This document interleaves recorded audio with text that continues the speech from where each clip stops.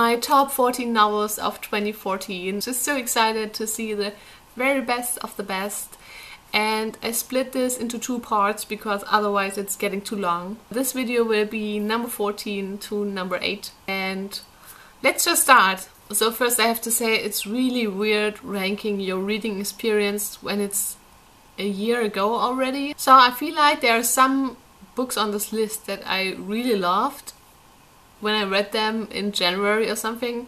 But now when I think about them, I can't believe I really loved them so much. So I'm sometimes a little bit disappointed with my list because I think, wait a minute, that's not really your super favorite books. But I mean, it's 14 books and actually I have 16 on my list, so that's quite a lot, and they can't always be your absolute super favorites. So we just start. And number 14 on my list is A Storm of Swords by George R.R. Martin. I had my problems with the Ice and Fire series, and I think a lot of people who read A Storm of Swords would put it a lot higher on their favorite lists for the year. But as I said before, I'm just sometimes a little bit bored and it's just too long and too many characters and blah blah blah.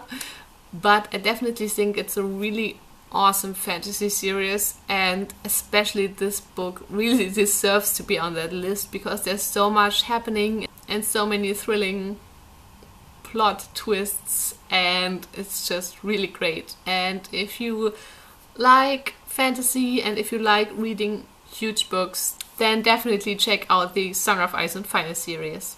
Number 13 on my list is a contemporary, and it is Winger by Andrew Smith. This book doesn't have the best plot in the world. There are not so many settings and sometimes not so much going on, but I really love the characters and I love the way it is written, the way it connects to teenagers. I think it's really sincere in a way, and I think it feels really real. Like, teenagers everywhere would like it. It has stupid jokes and whatever, and it just feels...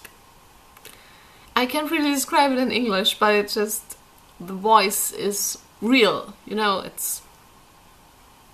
nice book. Number 12 is Jojo Moyes, Me Before You. This is a book for all you chick lit lovers, I think. It's about people falling in love, but it's not so easy, and there's a really sad part to the story because one of them is a quadriplegic. I think that's how you say it. Sorry, I'm not ignorant, I'm just not a native speaker, and it's just something completely different in German. This is a book for everyone who loves tearjerker books. In a way, I didn't find it that heavy, but still I shed a few tears. And yeah, if you like romantic books, sad books, just about 2 people coming together under difficult circumstances, then read this. Number 11 on my list is the only graphic novel on my list, and it is Pyongyang by Delisle. Every time I try to pronounce his name, it's not gonna happen. But it's a graphic novel about his visit to North Korea and mostly the capital Pyongyang.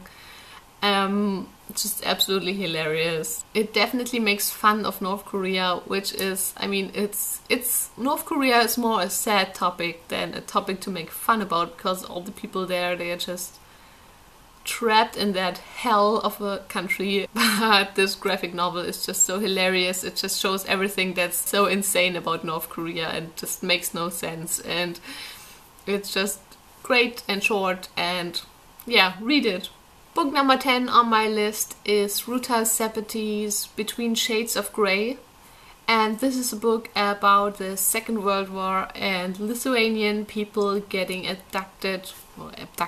sent to labor camps in Siberia. And it's about the main protagonist and her family, and just a really lovely and sad, again, historical fiction novel that is based on very true events, and it happened to people that way. And yeah, it's great to read about history and the Second World War, not only about the German Holocaust, but also about Stalin and the Soviets and what they did to all of the people in the Baltic region. And yeah, just just as sad as the Holocaust, in my opinion, and just everything's absolutely horrible, but it's really good to know about those things, I think. Book number 9 on my list is actually 2 books, and it is 2 Rainbow Rowell books, Eleanor and Park and Fangirl, and I put them together so that I could get more books into my top 14. I really love them both, but both are not a perfect 5 stars for me, because for Fangirl I really disliked the Simon Stowe parts and skipped over them, and for Eleanor and Park I disliked the behavior of them most of the time.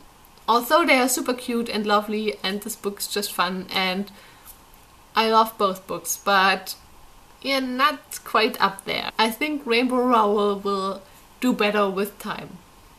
That sounds really bad, but you know what I mean. I think she will evolve more and more and books will get greater and greater, and I just can't wait to read more of her books. Fangirl I definitely liked more than Eleanor and Park. Hadn't thought that in the beginning, but yeah. I did too many videos today. Sorry. And the last book for today is number 8, my 8th favorite book of 2014, and that is Time Between Us by Tamara Ireland Stone. It's a contemporary love story time travel book. It's just really fun and I flew through it, and it has time travel and Persian references and I just really loved it. It's part 1 in a duology and the second book is really great as well, but the first one is my favorite. So yeah, see you in a few days for number 7 to number 1. And it's actually 8 books again because, surprise, surprise. Oh, sorry, I'm totally at the moment. I just talk too much. Yeah, see you soon guys. And if this video goes online on New Year's Eve like I planned it to be, then I wish you all a fantastic new year and lots of fun. So, see you soon guys and bye bye!